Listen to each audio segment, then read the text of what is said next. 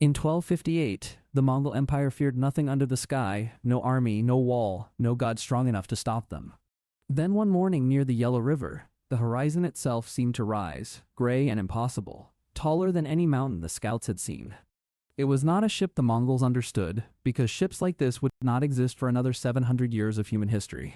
Genghis Khan's generals stared at steel the size of a city, floating where no water should hold something so heavy and so wrong. Somewhere inside that floating fortress, modern sailors stared back through screens, watching thousands of horsemen appear on radar like a moving forest. Neither side had a name for what was happening, only the instinct that history had just cracked open in front of both armies. The Mongols had never lost a war they chose to fight, and they were not about to let a mystery break that record. The Americans had never fought an enemy from another century, and they were about to learn what true numbers actually looked like. What happened next would not just decide a battle, it would decide whether history itself could survive colliding with its own future. This is the story of the day an aircraft carrier sailed into the Mongol invasion, and nothing about war was ever simple again. By the time this moment arrived, the Mongol Empire already stretched across more land than any civilization had ever controlled at once. Genghis Khan had built this empire not through diplomacy, but through terror, speed, and a discipline that shattered every army in its path. Cities that dared to resist were erased completely, their people scattered, enslaved, or slaughtered, until surrender became the only rational choice left for anyone. His riders could cover 100 miles in a single day, appearing where enemies believed distance itself would guarantee their protection and safety. Every horseman carried multiple horses, dried meat, and a bow that could kill from farther away than most enemies could even see. This was not a horde of savages, as later stories claimed, but the most sophisticated military machine the ancient world had ever produced. Meanwhile, 7 centuries into the future, an American aircraft carrier represented a different kind of empire, built on steel instead of horses. It carried thousands of sailors, dozens of aircraft, and enough firepower to erase entire nations without a single soldier setting foot on land. 2 empires, separated by centuries of human progress, were about to occupy the exact same patch of Earth at the exact same moment. Nobody planned this collision, nobody caused it, and nobody on either side had any framework for understanding what was actually happening around them. For the Mongols, the sky had never lied to them before, and gods did not usually announce themselves with gray steel and thunder. For the sailors, history had never physically appeared beside them before, armed with swords, arrows, and eyes full of ancient hatred and fear. The carrier's radar operators watched formations that should not exist, cavalry numbers too large for any modern battlefield doctrine to even process. On the Mongol side, scouts rode back reporting a mountain that moved on water, spitting fire, humming with sounds no ear had ever known. Genghis Khan listened to these reports without panic, because panic had never once been part of how he approached an unfamiliar threat. Instead, he calmly asked the only question that truly mattered to him, which was simple, direct, and utterly terrifying in its total confidence. Can it be surrounded? Can it be starved? Can it be broken? Because everything in this world eventually breaks under enough pressure. He did not yet understand that the carrier could feed itself, defend itself, and strike from distances his archers could never imagine. Aboard the ship, the admiral faced an equally impossible question, because doctrine had never prepared anyone for medieval cavalry stretching past the horizon. There was no manual for this, no precedent, no training exercise that had ever simulated fighting an empire from a different century entirely. The first real contact was small and almost accidental, when a Mongol scouting party rode within range of the carrier's outer defensive perimeter. A helicopter lifted off the deck to investigate, and the scouts watched a metal insect scream into the sky without flapping a single wing. Arrows were fired uselessly into empty air, while the helicopter circled once, recorded everything, and returned without firing a single shot in response. That restraint confused the Mongols more than aggression would have, because restraint from a stronger force had never once made sense before. Word spread quickly through the camp that the sky itself had sent scouts, and some warriors quietly began praying to gods they rarely mentioned. Genghis Khan ordered a formal approach instead of an attack, wanting information first, because information had always won him more than swords. A small delegation rode toward the shoreline, carrying no weapons raised, hoping to understand what kind of enemy or omen this truly was. The Americans quietly watched this approach through binoculars and cameras, uncertain whether history itself was asking to negotiate or preparing to strike. Neither side spoke a single word of the other's language, yet both understood the universal posture of caution, curiosity, and barely restrained readiness for violence. The admiral made a decision that would quietly define everything afterward, choosing communication over immediate force and patience over instant, overwhelming destruction. A small boat was launched, and for the first time, two civilizations separated by 7 centuries stood close enough to see each other's eyes. What the Mongol delegates saw were men without armor, without horses, holding strange devices that glowed and spoke in captured human voices. What the sailors saw in return were warriors carrying centuries of conquest in their posture, calm, confident, and utterly unafraid of anything unfamiliar. This meeting solved almost nothing and answered even less, but it confirmed one undeniable truth, that both sides were now permanently, irreversibly entangled. Genghis Khan received the full report that evening, and for the first time in years, his generals noticed something rare, genuine hesitation. He did not fear the strangers, but he understood that conquest required knowing your enemy, and this enemy fit no category he owned. Aboard the carrier, the crew received their own orders: stay defensive, avoid provocation, and prepare for the possibility of a ground engagement. Fighter jets began running patrols above the Mongol camp, not to attack, but to remind every warrior below what true power actually looked like. The sound alone was enough to send horses into panic, an ancient weapon of intimidation now being used by a completely different century. Mongol commanders adapted almost instantly, training horses to withstand the noise, refusing to let fear dictate strategy against an enemy they barely understood. This adaptability terrified American analysts more than any cavalry charge could, because an enemy that learns quickly is exponentially more dangerous over time. Within just a few days, the situation stopped resembling first contact and started resembling something far more dangerous, a slow buildup toward inevitable confrontation. Supply lines were being monitored, positions were being mapped, and both sides quietly prepared for the moment diplomacy would finally run out. Genghis Khan did not want war with an unknown force, but he refused to let unfamiliar power dictate the terms of his empire. And somewhere in the officers' quarters of that carrier, one phrase kept repeating in every briefing: "We may be about to make history collide." The first real clash began at dawn, when a Mongol raiding party tested the shoreline defenses without informing the wider command structure. Marines stationed near the beach opened fire with visible restraint, using non-lethal deterrence first, hoping to avoid triggering a full-scale historical catastrophe. The Mongols interpreted this restraint as weakness, a mistake many enemies had made before them, and pressed forward with disciplined, terrifying cavalry precision. Automatic weapons fire finally answered the charge, and for the first time, Mongol warriors experienced something no enemy had inflicted before: instant, invisible death. Horses fell without visible arrows, men collapsed without visible blades, and the surviving riders retreated in a confusion no battle had ever caused them. Genghis Khan received the full casualty reports within the hour, and his reaction was not fury, but immediate, cold, calculated strategic recalibration. He understood something crucial almost instantly: that direct cavalry charges against this enemy were suicide, and suicide had never won him an empire. Instead, he shifted tactics toward what Mongols had always excelled at: patience, encirclement, and exploiting weaknesses no enemy believed they actually possessed. He ordered scouts to map every visible weakness, supply routes, resting patterns, and any moment when the carrier's guardians seemed distracted or overextended. Meanwhile, aboard the carrier, commanders realized something uncomfortable: that firepower alone could not defeat an enemy this large, mobile, and endlessly replaceable. Ammunition was finite, fuel was finite, but the Mongol Empire's manpower and reach stretched endlessly across a continent conquered through relentless persistence. This was the moment the story stopped being about technology winning and started being about the terrifying mathematics of a war of attrition. Night raids became the Mongols' preferred strategy, striking supply lines and isolated patrols under darkness, where advanced sensors sometimes struggled against sheer numbers. American forces adapted quickly by deploying drones for constant surveillance, turning night into something the Mongols had never truly experienced: total visibility.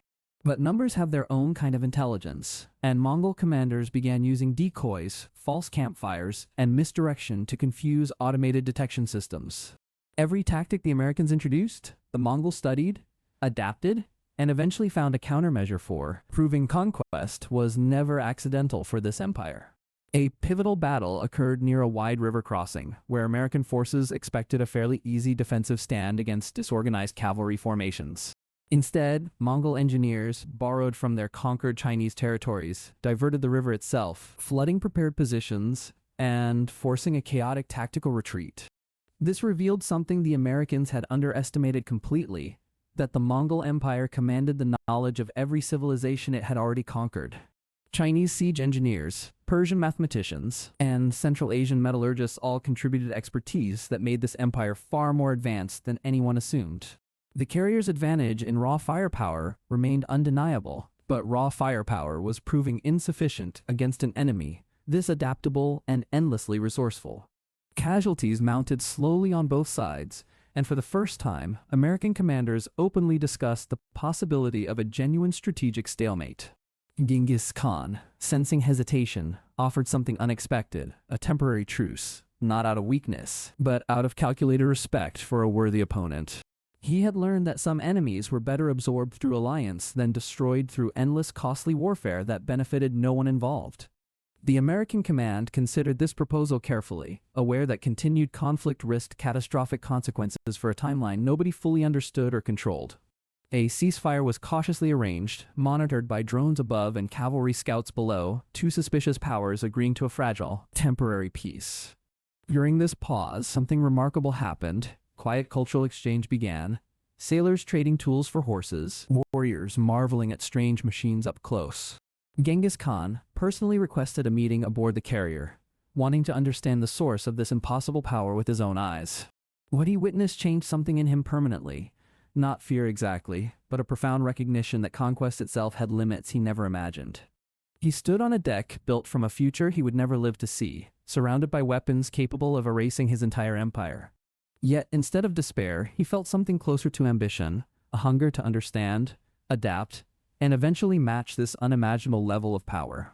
The admiral watched this reaction carefully, recognizing in Genghis Khan's eyes the exact same relentless curiosity that built every human empire before his own. This was the tactical phase's true climax, not a final battle, but a moment where two apex predators recognized each other as equals. Reports later suggested minor skirmishes continued near the borders, small tests of resolve, but nothing approaching the scale of open declared warfare. Both sides understood that a total war would produce no true winner, only mutual devastation across a timeline neither fully comprehended or controlled. Genghis Khan slowly withdrew his main forces eastward, choosing expansion elsewhere over an unresolved conflict against an enemy from an unknowable future. The carrier eventually departed as mysteriously as it arrived, vanishing from the coastline as if the ocean itself had reclaimed an impossible secret. No definitive battle was ever won, no clear victor was ever declared, only a tense standoff that quietly reshaped both empires forever afterward. Some historians speculate this encounter influenced later Mongol respect for foreign engineers and technology, a curiosity uncommon among conquering empires of that era. Others simply believe the story is pure legend, a myth born from half-remembered omens, distorted across centuries of oral retelling and imagination. Whether it was real or legendary, the Mongol reaction reveals something timeless about how humans process power beyond their current understanding or control. Shamans reportedly interpreted the carrier as a floating mountain spirit, sent directly by Tengri himself to test the empire's discipline and faith. Warriors whispered wild stories around dying campfires describing thunderbirds, metal beasts, and men who commanded lightning without fear or visible ritual. Some historians argue these myths later influenced regional folklore, blending real technological shock with existing spiritual beliefs about sky gods and omens. The psychological impact stretched far beyond soldiers, reaching farmers, traders, and children who heard exaggerated tales passed from caravan to distant caravan. Fear slowly evolved into curiosity, and that curiosity evolved into obsession, as blacksmiths reportedly attempted crude imitations of weapons they barely understood. This pattern repeats throughout all of human history. Whenever a civilization encounters power it cannot immediately explain, myth becomes the only available translation. The Mongols, despite their obvious military genius, were simply not equipped to process concepts like radar, jet engines, or satellite communication systems.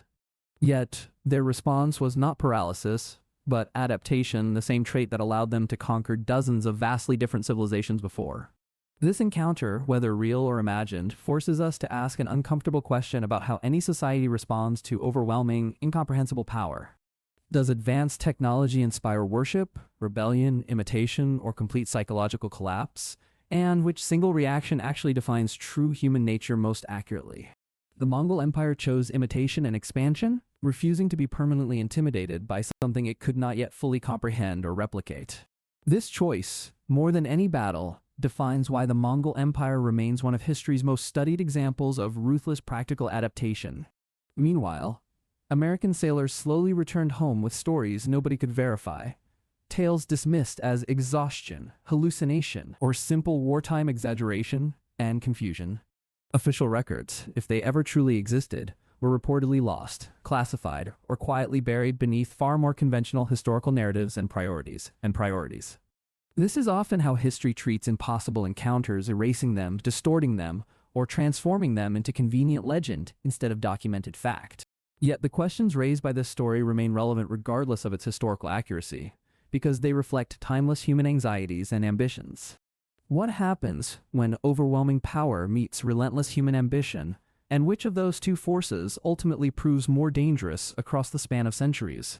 The Mongols clearly proved that ambition alone, without matching technology, could still shape continents through sheer will, patience, and ruthless strategic adaptation. The Americans in turn proved that technology alone, without overwhelming manpower, could dominate a battlefield, but not necessarily an entire determined civilization. This story, whether historical fact or elaborate myth, was never really about tanks, jets, or horses charging across an ancient, bloody battlefield. It was always about something far more uncomfortable, the terrifying gap between human ambition and the tools actually available to fulfill it. Genghis Khan built his entire empire using horses, bows, and psychological warfare, tools primitive by modern standards, yet devastatingly effective for centuries. Modern militaries build empires using satellites, drones, and algorithms, tools unimaginable to ancient warriors, yet built on the exact same human impulses. Conquest, fear, ambition, and survival have never truly changed, only the weapons used to pursue them across many different centuries and civilizations. Every civilization believes its own technology represents the final form of power, until something newer arrives to humble that fragile confidence completely. The Mongols once seemed truly unstoppable to Persians, Chinese, and Europeans, exactly as modern militaries now seem unstoppable to smaller nations today. Yet history constantly proves that unstoppable is a temporary illusion, eventually challenged by innovation nobody currently fighting can accurately predict or imagine. This story forces an uncomfortable reflection that today's overwhelming military superiority will eventually look just as primitive as bows against jet engines. Somewhere in the future, another civilization will possess power that makes modern aircraft carriers look as outdated as Mongol cavalry does today. The cycle never truly ends, only the weapons change, while human ambition, fear, and hunger for dominance remain permanently unchanged and consistent. This is exactly why stories like this one resonate so deeply, because they reveal timeless truths disguised as impossible historical fantasy scenarios. We are fascinated not by who would actually win, but by what winning even means when power becomes this asymmetric and incomprehensible. Does raw firepower alone define victory, or does adaptability, patience, and sheer human resilience ultimately determine who survives across centuries of conflict? The Mongols survived by adapting faster than anyone believed possible, a lesson relevant far beyond battlefields, echoing through every technological revolution since. Perhaps the true lesson here isn't about weapons at all, but about which civilizations manage to adapt quickly enough to survive disruption. Empires that refuse to adapt eventually collapse completely, regardless of how powerful they once seemed at the absolute height of their influence. This encounter, real or imagined, becomes a mirror reflecting our own uncertain future, where today's superpowers may someday face their own impossible enemy. The uncomfortable truth is that no empire remains untouchable forever, not the Mongols, not modern militaries, not any civilization that ever existed. Power without adaptability always fades away completely, while adaptability without power still finds a way to survive, evolve, and eventually dominate again. So what really happened on the day an aircraft carrier appeared inside the Mongol invasion, somewhere across the folds of impossible history? Maybe nothing happened at all, only a story born from human imagination, desperate to compare our present power against history's greatest conquerors. Or maybe something far stranger occurred, a genuine collision between eras, quietly erased from records too impossible for anyone to officially believe. Either way, the story survives because it answers a hard question that every generation eventually asks about its own fragile, temporary dominance. Are we the unstoppable force? Or are we simply the next civilization waiting to be humbled by something we cannot yet imagine? Genghis Khan once truly believed nothing could stop his empire, until distant future power appeared and proved even legends have their limits. Modern militaries believe their technology represents the peak of human power, unaware that history has heard this exact claim many times before. Every empire eventually meets its Mongol moment, a force it cannot fully comprehend, arriving exactly when its confidence feels most absolute and secure. The real battle was never fought on that ancient coastline. It is being fought right now, inside every civilization convinced of its permanence. History does not remember who had the strongest weapons, it remembers who adapted fastest when their entire understanding of power was shattered. Somewhere between horses and jet engines lies the exact same eternal truth: humanity always dreams bigger than the power it currently possesses. And somewhere in the future, someone will look back at our aircraft carriers the way we now look back at Mongol cavalry. Primitive, and quite impressive for its own time, but ultimately temporary against whatever impossible force human ambition eventually manages to build next. Maybe that is the real horror hiding inside this entire story, not who would win, but how briefly anyone ever truly does. Because in the very end, every empire believes it is the final chapter of history, right until the exact moment it isn't.